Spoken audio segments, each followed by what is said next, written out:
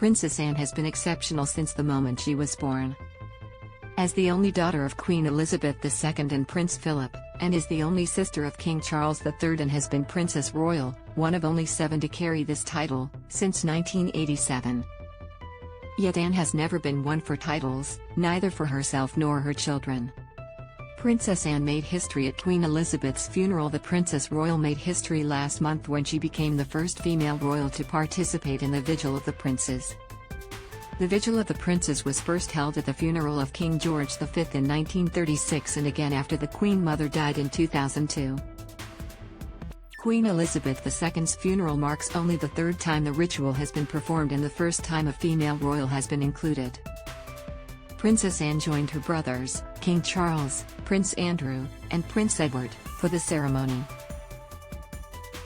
Donning her full military uniform, Anne is an admiral in the British Navy, a general in the British Army, and an Air Chief Marshal in the Royal Air Force. The princess participated in many of the funeral proceedings as an important royal family member, and was also with the Queen when she died on September 8. Why don't Princess Anne's children have royal titles? The title of Princess Royal was bestowed upon Anne 35 years ago and is one of the highest honors for female royalty. There have been only 6 other Princess Royals. Yet despite her rank, Princess Anne is known for her aversion to life in the spotlight. The Princess Royal doesn't do gossip or self-promotion, USA Today reports. Instead, she does her job with a minimum of fuss, showing up month after month, year after year, cutting ribbons, visiting charities, opening hospitals, attending meetings, unveiling plaques. Considering this, it makes sense that when it was time to bestow royal titles on her children, Peter Phillips and Zara Tindall, Princess Anne famously declined. Instead, she opted for her children to have their given names only. Years later, she told Vanity Fair that there are downsides to having titles. Her decision seems to have benefited everyone involved, with both of her kids enjoying close relationships with their late grandmother and the royal family while still being afforded the freedoms that come with non-title-bearing life. Zara, in particular, has been supportive of her mother's decision, telling The Times in 2015 that she considers herself lucky not to have an HRH title, via People. However, their lack of royal titles doesn't discount Anne's children from the line of succession.